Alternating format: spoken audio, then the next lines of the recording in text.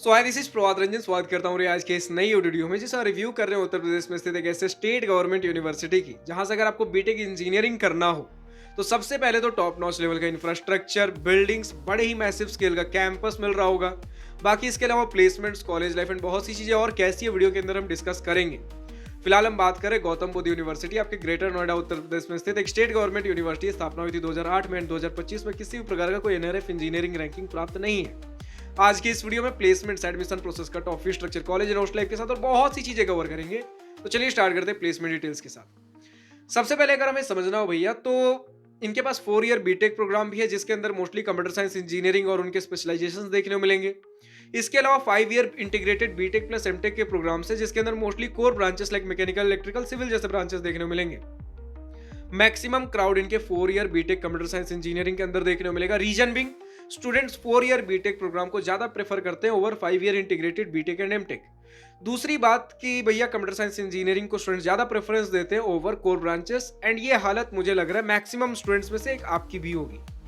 ठीक है, तो पूछने की जरूरत नहीं है कि मैक्सिमम स्टूडेंट्स यहाँ 4 ईयर बीटेक सीएससी प्रोग्राम में क्यों है, क्योंकि अगर दोनों में डिसाइड करना हो मैक्सिमम आप में से भी यही चूज करोगे, इसलिए इनमें ज्यादा कैंडिडेट्स हैं। ठीक है, तो अब अगर हम बात कर ले प्लेसमेंट डिटेल्स के बारे में तो हमारे सामने एनआरएफ इंजीनियरिंग 2025 का रिपोर्ट है जो कि इंस्टीट्यूट ने ऑफिशियली एनआरएफ के पास सबमिट किया। इसमें आपको 2024 पासिंग आउट बैच तक के डिटेल्स देखने को मिल जाएंगे। जैसे अगर आप सबसे पहले 2024 पासिंग आउट बैच में 4 ईयर बीटेक प्रोग्राम वाले candidates, mostly computer science engineering वाले स्टूडेंट्स को देखो, 268 कैंडिडेट्स ने ग्रेजुएशन कंप्लीट किया, 192 को प्लेसमेंट मिला जो कि रफली 71% का प्लेसमेंट परसेंटेज बनता है। अब हो सकता है कुछ स्टूडेंट्स ने प्लेसमेंट के लिए ऑप्ट आउट ही ना किया हो, प्लेसमेंट में इंटरेस्टेड नहीं रहे हो, उनको कुछ स्टार्टअप, हायर स्टडीज, कुछ फैमिली बिजनेस करना हो, या फिर हो सकता है यार कि आप एलिजिबल ही ना रहे हो, प्लेसमेंट्स के समय आते आते तक आपके किसी सब्जेक्ट में बैक लगे रह गए हो तो आप जिसे क्लियर ना कर पाए हो, या फिर हो सकता है भैया कि एक मिनिमम सीजीपीए क्राइटेरिया होता है हर कंपनी के लिए, 6, 7, 8 के ऊपर होना ही होना चाहिए। आपका कुछ ऐसा सीजीपीए रहा कि किसी कंपनी के लिए एलिजिबल नहीं थे, तो उस केस में 268 से टोटल नंबर ऑफ कैंडिडेट्स को थोड़ा आपको कम कंसीडर करना पड़ेगा। तो हम 75% के आसपास का प्लेसमेंट परसेंटेज मानकर चलेंगे और 4 एलपीए का मीडियन पैकेज बताया गया है। एंड मोस्टली इस 4 ईयर बीटेक प्रोग्राम में mostly computer science engineering candidates ही हैं। तो जो आप प्लेसमेंट परसेंटेज देख रहे हो, जो मीडियन पैकेज देख रहे हो, mostly computer science engineering students के हैं। ठीक है, तो 4 से 5 का एवरेज मान के चलो, 70 से 75 का प्लेसमेंट परसेंटेज।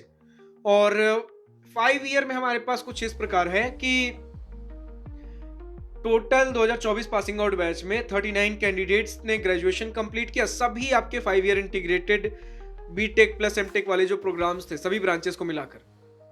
ठीक है, तो इससे ही हमें ये भी पता चलता भैया नंबर ऑफ कैंडिडेट्स इसमें कम है और 10 को प्लेसमेंट मिला। प्लेसमेंट परसेंटेज आप कैलकुलेट कर सकते हो। फिलहाल प्लेसमेंट्स का आइडिया मिल गया। प्लेसमेंट्स का स्टूडेंट्स ने सिनेरियो ये बोला भैया बहुत ज्यादा प्लेसमेंट्स को लेकर चीजें नहीं है, आपको खुद से फाइट मारना पड़ेगा, एंड जो अपॉर्चुनिटीज मिल रही है तो उसके लिए बैठिए, वरना फिर आप ऑफ कैंपस अप्लाई कर सकते हो। इसके अलावा स्टूडेंट्स ने कहा है कि बहुत सारे स्टूडेंट्स का टारगेट होता है गेट को लेकर या फिर कुछ state government examination, UPSC, civil services examination, ये सारी चीजें भी लोग देख रहे होते हैं। ठीक है, बात कर ले एडमिशन प्रोसेस की तो इनका खुद का एंट्रेंस एग्जामिनेशन होता है जो कि इंस्टीट्यूट वेबसाइट पर जाकर जिसके लिए अप्लाई कर सकते हो, इसके थ्रू आप एडमिशन ले सकते हो, या फिर जेईई में अगर कुछ ढंग का स्कोर रहा है उसके बेसिस पे आप अप्लाई कर सकते हो, या फिर डायरेक्ट मोड ऑफ एडमिशन भी इनके पास है, डायरेक्ट एडमिशन आप ले सकते हो अगर किसी भी कंसिडरेबल एग्जामिनेशन में आपका एक कंसिडरेबल स्कोर रहा है तो, यानी कि एडमिशन लेना बहुत ज्यादा टफ नहीं है। बात कर ले कट ऑफ की तो उसके अंदर भी हमारे पास डिस्कस करने के लिए ज्यादा कुछ नहीं है, क्योंकि कोई एक सिंगल मोड ऑफ एडमिशन है नहीं और डायरेक्ट एडमिशन भी है जहां पे कुछ कट ऑफ का सिनेरियो बनता ही नहीं है। तो अगर आपका इस माध्यम से एडमिशन नहीं हुआ तो दूसरा माध्यम, दूसरे माध्यम से नहीं हुआ तो तीसरे माध्यम, आपके पास different multiple modes of admission है। कट ऑफ को लेकर ज्यादा कुछ सोचना नहीं है। बात कर ले फीस स्ट्रक्चर की तो सबसे पहले बीटेक के हम पढ़ाई लिखाई के खर्चे देखते हैं। अब डिपेंड करेगा कि आप किस ब्रांच में एडमिशन ले रहे हो। अगर आप core branches like mechanical, electrical, civil जैसे ब्रांचेस में एडमिशन ले रहे हो तो आपका हर सेमेस्टर 75,000 रुपये, यानी कि 4 साल के अंदर लगभग 6 लाख रुपए के आसपास लग रहा होगा। वहीं अगर आप कंप्यूटर साइंस इंजीनियरिंग जैसे ब्रांचेस में एडमिशन ले रहे हो, उनके किसी स्पेशलाइजेशन में ले रहे हो, तो हर सेमेस्टर 1,10,000 रुपए से लेकर 1.5 लाख रुपए, 1.5 लाख रुपीज तक लग सकता है।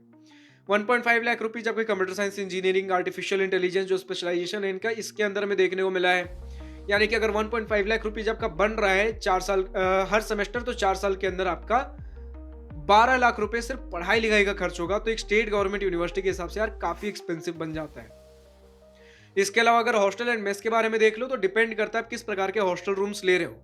अगर आप 2 शेयरिंग रूम्स लोगे तो आपके 1 साल के रहने और खाने, हॉस्टल एंड मेस दोनों के खर्चे सिंगल शेयरिंग में, पहले सिंगल शेयरिंग का डिस्कस कर ले तो 90,000 रुपये लगेगा, और 2 शेयरिंग अगर लेते हो तो 70,000 रुपये। तो हॉस्टल्स तो नॉर्मल है, अफोर्डेबल रेट्स पे हैं, इतने आपको किसी भी इंस्टीट्यूट में देखने को मिल जाएंगे। बट अगर आप बात करते हो एकेडमिक फी, ये थोड़ा एक्सपेंसिव एंड पे है। तो स्टूडेंट से रिक्वेस्ट करूंगा इंस्टीट्यूट की तरफ से अगर कोई स्कॉलरशिप है, कोई स्टेट गवर्नमेंट या सेंट्रल गवर्नमेंट या कोई प्राइवेट स्कॉलरशिप, जो कोई भी इंस्टीट्यूट में स्टूडेंट्स के बीच पॉपुलर है, कमेंट सेक्शन में डेटा लिखकर बताइए कौन से स्कॉलरशिप है, कितना अमाउंट मिल जाता है, एलिजिबिलिटी क्राइटेरिया क्या होती है, आपके बैच में कितने स्टूडेंट्स ने अप्लाई किया, कितनों को मिला, एप्लीकेशन डेडलाइन क्या होता है, कब एप्लीकेशन खुलता है, डॉक्यूमेंट्स कौन से रिक्वायर्ड होते हैं। अगर ये डेटा स्टूडेंट्स को प्रोवाइड करते हो कमेंट सेक्शन में, स्टूडेंट्स को बहुत सहूलियत मिलती है यार कि अगर मैं एलिजिबल हूँ, इन बातों का ध्यान रखूँ तो कम से कम इतना फाइनेंशियल बर्डन तो कम होगा ही होगा।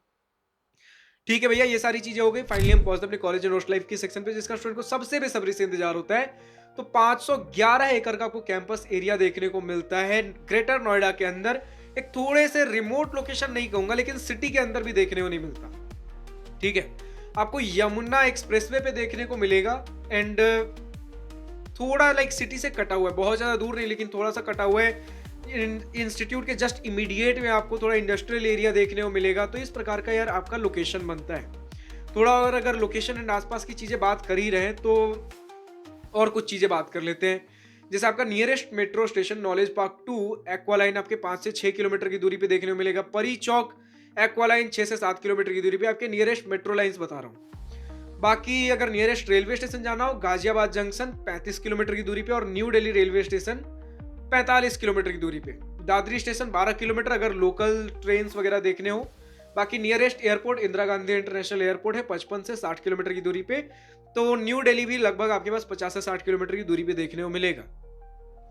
एंड इंस्टीट्यूट ऐसा नहीं है कि शहर से बहुत ज्यादा दूर है, लेकिन यार चलना पड़ेगा आपको। चलना इस प्रकार पड़ेगा कि कैंपस के अंदर भी अगर आप हो, आपको हॉस्टल से अगर ट्रैवल करना है आपके क्लासरूम्स तक, स्टूडेंट्स बोलते भैया 1-1 किलोमीटर में चलना पड़ता है।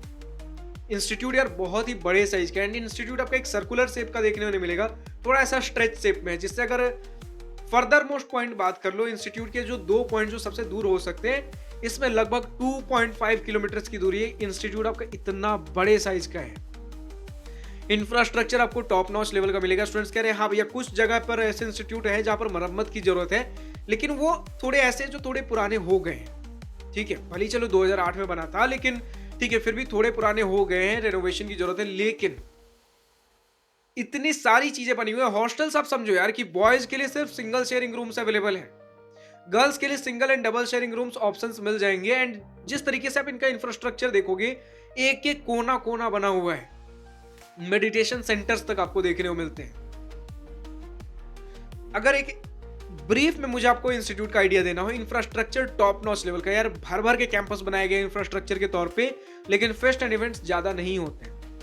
जो कुछ है student and activities, societies, clubs थोड़े बहुत है। अगर आप एक्सट्रोवर्ट हो अपने लिए ग्रुप बना लोगे, वरना इंस्टीट्यूट की तरफ से ऐसा कुछ ज्यादा सोशल इवेंट्स नहीं कराए जाते कि एक इंट्रोवर्ट स्टूडेंट्स भी आकर पार्टिसिपेट कर सके। थोड़े बहुत होंगे, बहुत ज्यादा नहीं होते। स्पोर्ट्स फैसिलिटीज प्रॉपर है, यानी कि फैसिलिटी जो इंफ्रास्ट्रक्चर शुरू में बनाकर दिया जा सकता था वो चीजें प्रॉपर है। जो एक बार बन गया वो इंफ्रास्ट्रक्चर प्रॉपर है। बाकी फेस्ट एंड इवेंट्स में थोड़ी सी कटौती है, ऐसा स्टूडेंट्स कह रहे भैया थोड़ा और होना चाहिए।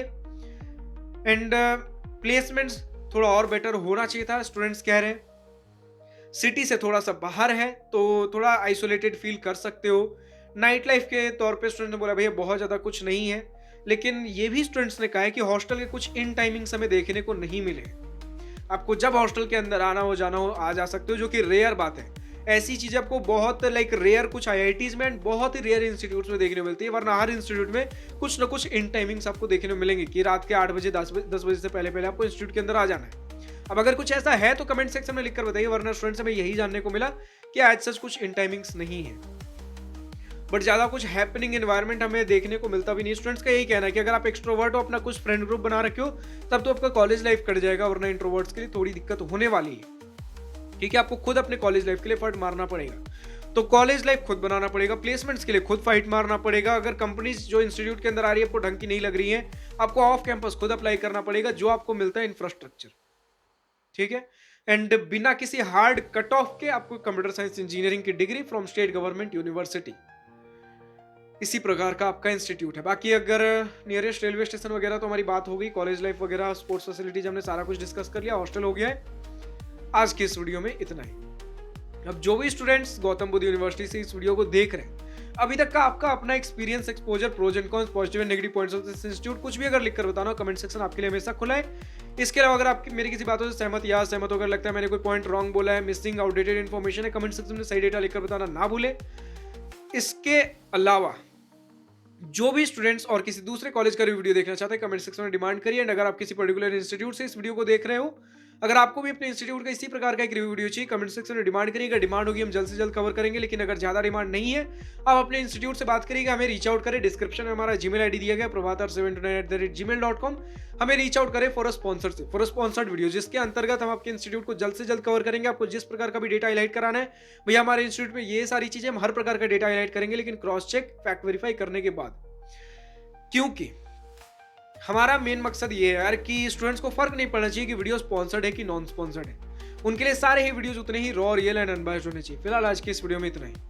अगर वीडियो पसंद आया हो तो लाइक, शेयर पर दिल खोल करिएगा, और अगर कुछ दिल की बातें, कुछ मन की बातें लिखकर बतानी हो या पूछनी हो तो कमेंट सेक्शन आप ही के लिए तो है। Thank you for watching this video. Goodbye, nice day, wish you all the best for future, enjoy your journey.